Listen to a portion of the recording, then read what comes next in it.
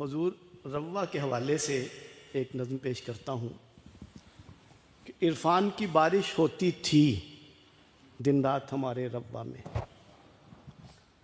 एक मर्द मुजाहिद रहता था दरिया के किनारे रव्वा में।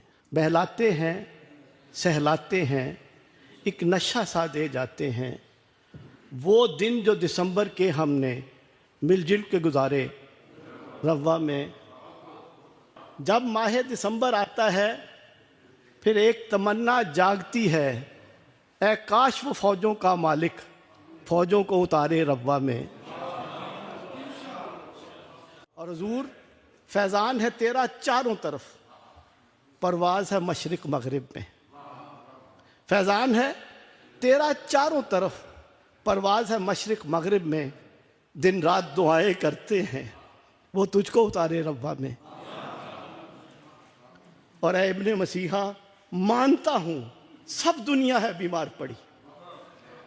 ऐ इब्ने मसीहा मानता हूँ सब दुनिया है बीमार पड़ी, पर राह तुम्हारी तकते हैं हम दर्द के मारे रब्बा में। तब पोह की ठंडी रातों को सजदों की गर्मी मिलती थी, जब उसके दर पे झुकते थे वो आबिद सारे रब्बा में। जज़ाकल्लाह अहसनुल जज़ा।